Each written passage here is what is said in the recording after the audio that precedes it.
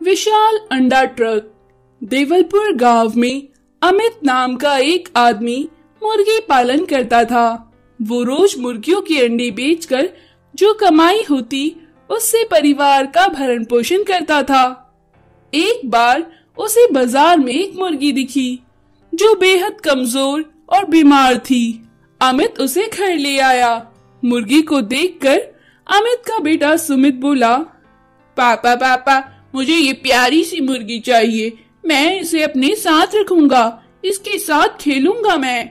सुमित की बात सुन अमित ने उसे मुर्गी दे दी। अब सुमित मुर्गी के साथ खेलता, उठता, सोता, जागता था। उसने मुर्गी के पैर में एक धागा भी बांधा और उस प्यारी सी मुर्गी को छुटकी नाम से बुलाने लगा। आजा मेरी प्यारी छुटकी, मेरे साथ खाना खाएगी, मैं अपनी छुटकी को अपने पास ही सुलाऊंगा। तो इस तरह वो छुटकी को अपने साथ ही खाना खिलाता और अपने पास खाट के पास ही सुलाता था। अब छुटकी काफी स्वस्थ हो चुकी थी। अमित का पड़ोसी भी अंडे बेचता था, पर अमित का पड़ोसी कमल बहुत ही दुष्ट आदमी था। कमल दुकान में अंडे बेचने गया तो दुकानदार बोला, तुम अपनी मुर्गियों को अच्छा खाना नहीं देते, तुम्हारे अंडे जल्दी खराब हो जाते हैं। वहीं अपने पड़ोसी अमित को देखो, उसके अंडे बहुत दिनों तक चलते हैं और खाने में भी स्वादिष्ट होते हैं। मैं अब तुमसे अंडे नहीं लिया करूंगा, मैं अमित से ही अंडे लूंगा। अमित के अंडों की तारीफ सुन कमल काफी चिढ़ गया। कमल को काफी गुस्सा आया। उसने सोचा, बड़ा है अपनी मुर्गियों को अच्छा दाना देने वाला, मैं उसकी सारी मुर्गियों को मार दूंगा, तब कैसे लेगा ये उससे। देखना फिर तो इसे मुझसे ही अंडे लेने पड़ेंगे। ऐसा कहकर कमल ने रात को चुपचाप जाकर मुर्गियों के दड़बे में ऐसी दवाई का छिड़काव किया कि सारी मुर्गियां मर गई। अगले दिन अमित ने मुर्गियों को मरा देखा तो वो बड़ा परेशान हुआ। अरे ये सब कैसे मर गई, कुछ तो बीमारी ने लगी है। पर सुमित की छुटकी मुर्गी को कुछ ना हुआ क्योंकि वो सुमित के पास ही सोती थी।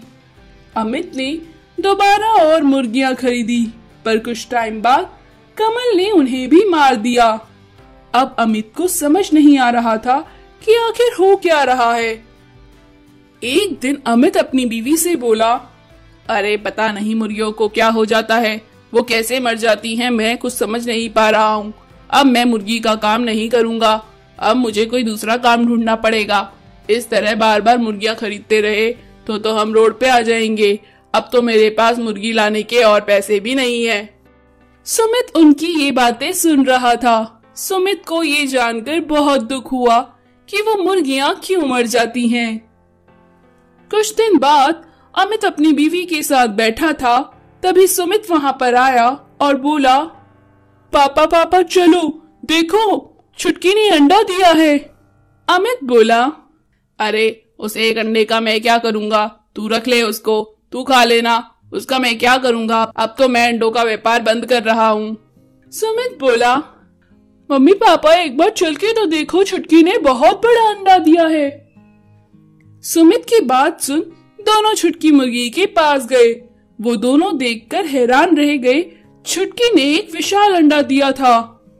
वो दोनों काफी हैरान थे। तभी छुटकी बोली, मैं एक मामूली मुर्गी नहीं हूँ, मैं देवलोक से आई हूँ, मुझे श्राप मिला था। सुमित ने मुझे पालकर अब तक जिंदा रखा, वरना मैं कब की मर जाती। मैं अब श्राप मुक्त हो गई हूँ, मैं अब रोज एक बड़ा अंडा दूंगी, तुम उसे बेचकर अपना गुजारा चला सकते हो। छुटकी मुर्गी की बात सुन अमित और उसकी बीवी ने छुटकी मुर्गी का धन्यवाद किया और अमित ने एक रेस्टोरेंट में आमलेट वाले को अंडे को बेच दिया। रेस्टोरेंट वाला बड़े आमलेट पर नल लगाकर उसका बड़े बड़ा आमलेट बनाकर बेचने लगा। आमलेट वाला बोला, अरे तुम्हारा अंडा बहुत बड़ा है, मुझे ही बेचा करो तुम रोज, मैं तुम्हें रोज 10,000 रुपए दूंगा। अमित रोज उसे ही अंडा बेचता और अच्छा पैसा कमाता था। एक दिन कमल ने देखा कि छुटकी विशाल अंडा देती है, तो वो छुटकी को उठाने रात को वहां चला गया। छुटकी ने अपनी आवाज से सबको जगा दिया। और कमल की चोरी पकड़ी गई। कमल ने अपना जुर्म कबूल किया और उसने सारी मुर्गियों को मारा है, ये बात उसने मान ली। अमित को कमल की बात सुनकर बड़ा गुस्सा आया। अमित ने कमल को पुलिस के हवाले किया और फिर खुशी खुशी छुटकी मुर्गी और अपने परिवार के साथ रहने लगा। Tractor robot. सुशील नाम का लड़का देवलपुर गांव में रहता था। सुशील गांव से शहर मजदूरी करने के लिए जाता था। एक बार वो अपनी साइकिल से मजदूरी करने के लिए शहर की तरफ जा रहा था, तभी उसे जंगल से कुछ गिरने की आवाज आई। उसने देखा कि दूर जंगल पर एक पहाड़ी पर कोई चीज चमक रही है। सुशील अपनी साइकिल लेकर उस तरफ गया और उसने वहां जाकर देखा कि एक बड़ा चमकता सा पत्थर वहां चट्टान पर पड़ा हुआ है। सुशील ने उस पत्थर को उठाया और घर ले आया। सुशील को कुछ समझ नहीं आ रहा था कि आखिर वो तेज चमकने वाली चीज क्या है। सुशील उस चीज को लेकर अपने नासा से आए दोस्त अमित के पास ले गया। सुशील अमित से बोला, अरे भाई, ये देखो, ये क्या है? मुझे ये दूर चट्टान में पड़ा हुआ मिला। ये कहीं दूर से आकर गिरा था। इससे बहुत तेज रोशनी निकली थी। मुझे समझ नहीं आ रहा आखिर ये क्या है। अमित बोला, अरे वाह, तुम्हें ये क्या मिला है? ये तो मुझे रोबोट में लगने वाली मशीन जैसा दिखता है। इसे तो चाइना ने बनाया है। इसको किसी भी व्हीकल में फिट करो तो वो रोबोट में बदल जाता है। ये जरूर चाइना से आकर गिरा होगा। सुशील बोला, अच्छा ये बात है, तो अगर मैं इसे अपने ट्रैक्टर में फिट करूंगा तो क्या वो रोबोट बन जाएगा? अमित बोला, हाँ क्यों नहीं, तुम ऐसा कर सकते हो, वो रोबोट बन जाएगा।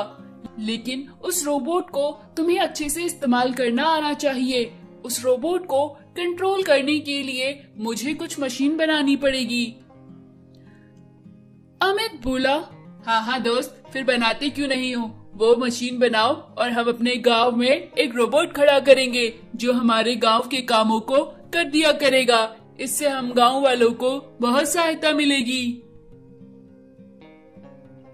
सुशील के कहने पर अमित ने एक मशीन तैयार करी और उसके बाद उन्होंने वो चमकती हुई चीज ट्रैक्टर पर लगा दी। उस चमकती हुई चीज के ट्रैक्टर पर लगते ही ट्रैक्टर रोबोट में बदल गया। उसके बाद गांव वाले ट्रैक्टर को देखकर बहुत खुश हुए। वो ट्रैक्टर रोबोट गांव के काम कर देता था। एक बार गांव के जंगल में आग लग गई। ट्रैक्टर रोबोट ने अपनी मशीन में पानी भरकर जल्दी से जंगल की आग को बुझा दिया। गांव वाले ट्रैक्टर रोबोट से बहुत खुश हुए।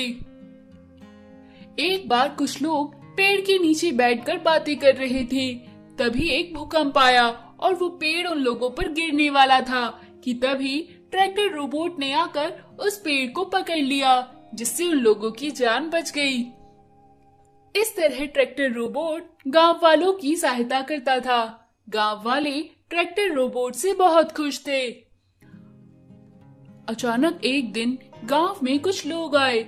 वो लोग बोले, हमने सुना है इस गांव में एक रोबोट है, हमें वो रोबोट चाहिए। वो रोबोट हमारी मशीन से बनाया गया है। गांव वाले बोले, अरे वो रोबोट जाने कहां से आता है, हम नहीं जानते। वो रोबोट जब गांव में संकट आता है तो पता नहीं कहां से आ जाता है और फिर वो चला जाता है, हम नहीं जानते। अगर तुम्हें हम पर यकीन ना हो तो तुम गांव में वो रोबोट ढूंढ सकते हो। शहर से आए उन लोगों ने गांव के लोगों को बंदी बना लिया। हमें उस रोबोट का पता चाहिए, तब तक हम तुम्हें नहीं छोड़ेंगे। वहीं पास में ट्रैक्टर रोबोट ट्रैक्टर बनकर खड़ा था। उन लोगों की यातनाओं से गांव वाले परेशान होकर चीखने लगे। तभी ट्रैक्टर रोबोट ट्रैक्टर से रोबोट में बदल गया और फिर शहर से आए उन लोगों पर गोलियां बरसाने लगा। वो लोग वहां से डरकर भाग गए। उसके बाद वो गांव में दोबारा कभी नहीं आए। गांव वाले ट्रैक्टर रोबोट की मदद से बहुत खुश हुए। सबने खुशी से तालियां बजाई।